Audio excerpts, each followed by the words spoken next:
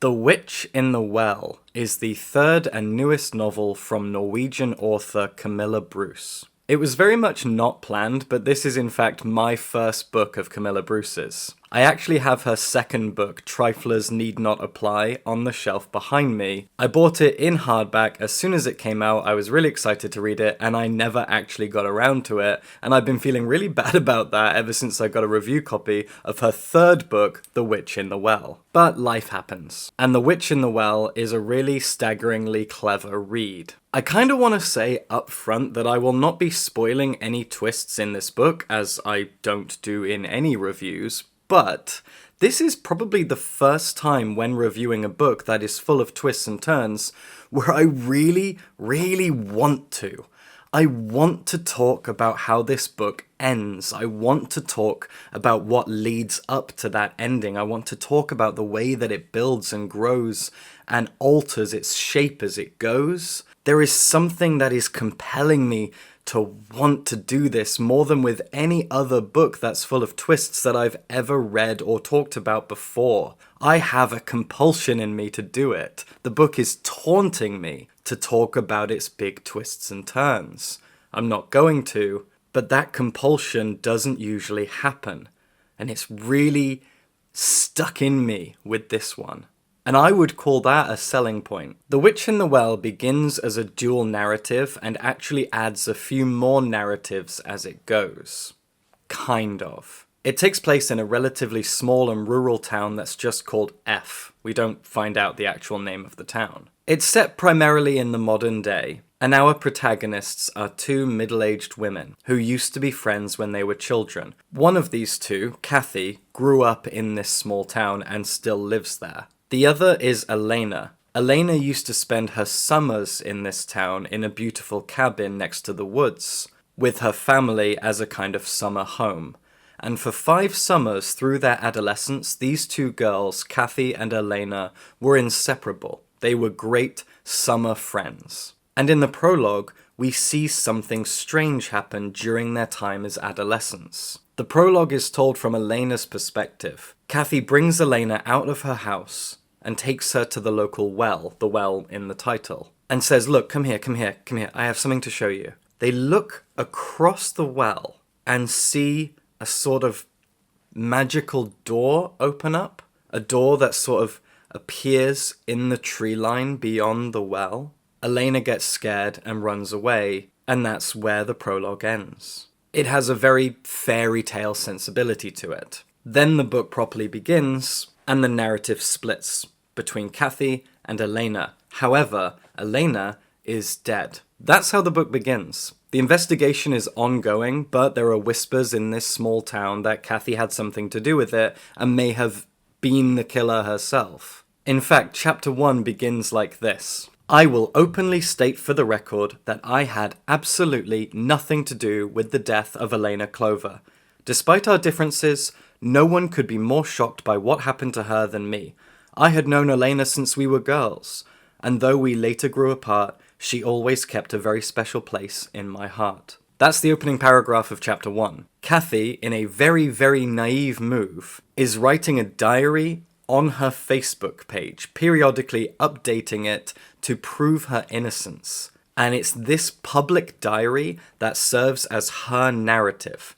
Elena came back to the town to sort out the cabin, which was originally owned by her uncle who died, and has since died herself. And Kathy is writing a public diary to explain that she didn't do it, and here's why and how. She wants to prove her innocence in spite of the fact that the trial is ongoing, the investigation is ongoing, and she has a lawyer. The other narrative is Elena's diary, which was written up to her death a year before.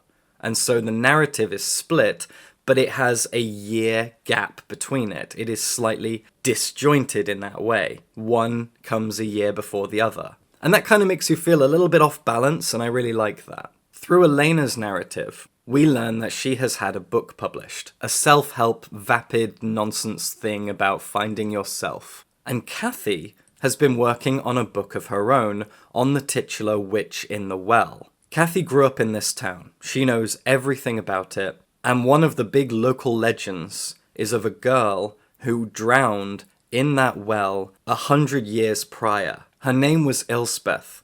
She was accused of being a witch by the local people, and she was drowned in the well. For years, Kathy has wanted to write a book about Elspeth and set the record straight on the fact that she wasn't a witch, she was an innocent person, and let's create a biography about her to set all of this right. Justice for the town witch. She's been working on this book for a long time. It is now published, and she mentions that in the first chapter. But when we flit over to Elena's narrative a year before, the book isn't out yet. So between Elena's diary and Kathy's, Elena has died, and Kathy has managed to get her book on this witch published. So we have two women, two writers, who are very different, writing from very different perspectives on different things.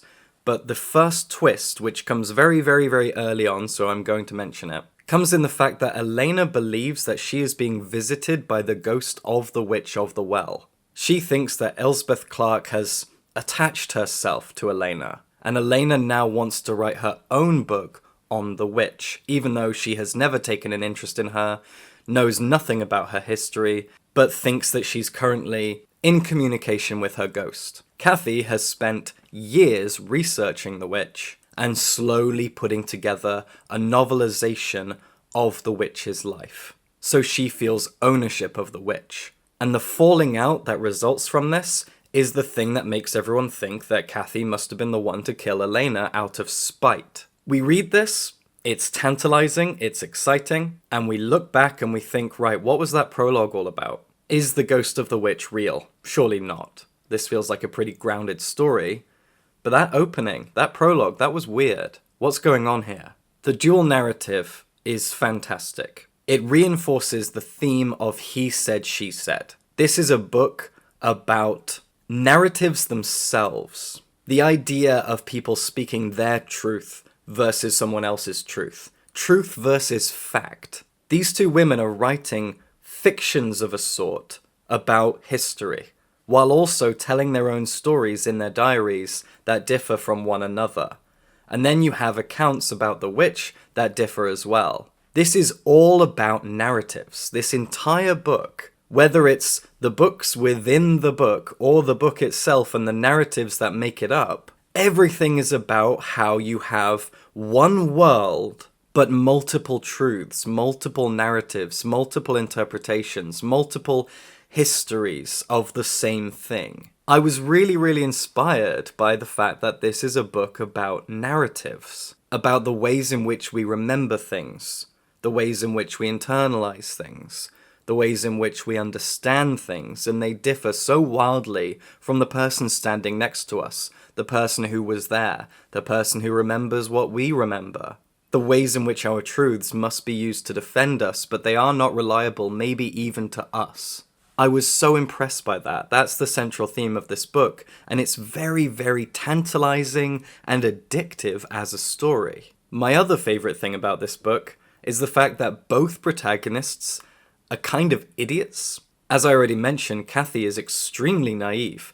She's a middle-aged woman who works at a school, she has a kid, and she's been researching a public local historical figure for years and years, and yet she's incredibly naive. She seems to have an anxiety issue.